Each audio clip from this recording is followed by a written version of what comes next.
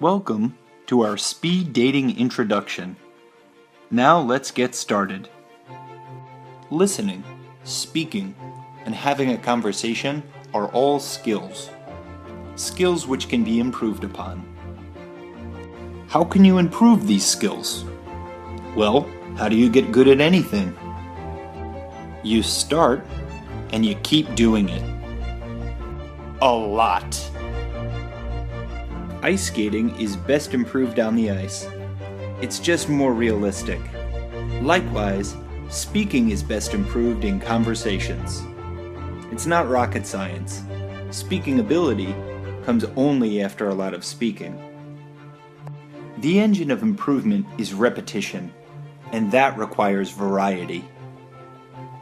Now you might ask yourself, how can I do this in my class? And the thing to remember is that all human learning can be summed up in 3 words. Watch, try, repeat. If you're not repeating, you're probably not improving. The way to repeat as often as possible is through speed dating. Speed dating is designed to help teachers create an atmosphere conducive to conversation by making the language spoken in class both comprehensible and engaging, and by building student confidence in answering questions. Many teachers comment, "My class is too big to do something like this." And I would say, you're wrong.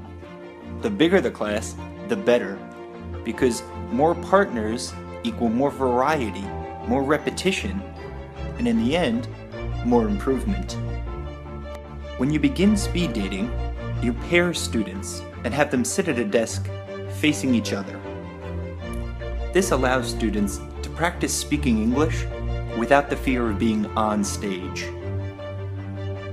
Students can spend time formulating their conversations, have realistic conversations with peers of differing skill levels, and in the end, feel confident in their abilities.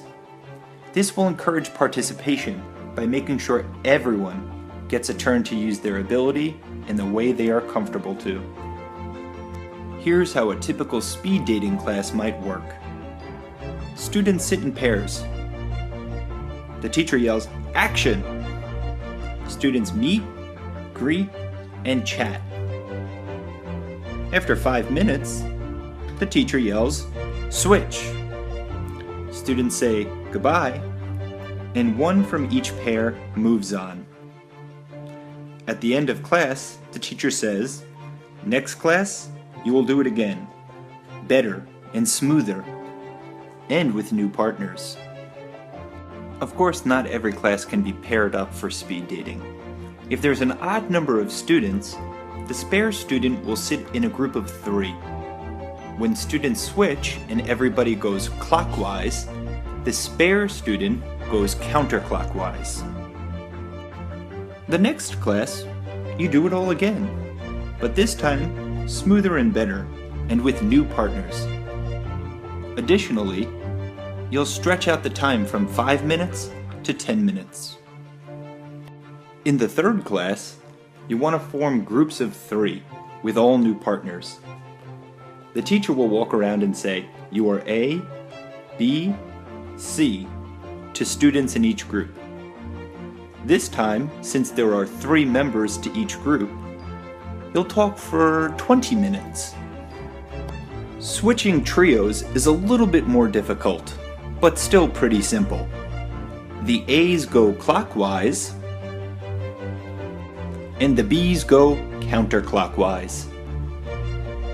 One of the keys to a successful conversation class is not just talking more, but talking better. Remind your students that you speak with more than just your words. Encourage them to use body language. Make sure that they speak with their mouth, eyes, hands, and body. It's important for students not to worry too much about perfect grammar. It is better to give 4 sentences with a few mistakes than 1 sentence with perfect grammar. Encourage students to elaborate on their answers. Try to make it longer. Give 2 or 3 complete sentences for each question. Don't settle on a 1-word answer. Remind students to show that they are listening carefully. A conversation has two parts, speaking and listening. To be a good conversationalist, you must learn how to listen and speak well. This means you must be able to both ask and answer questions. Conversations are not games of ping pong.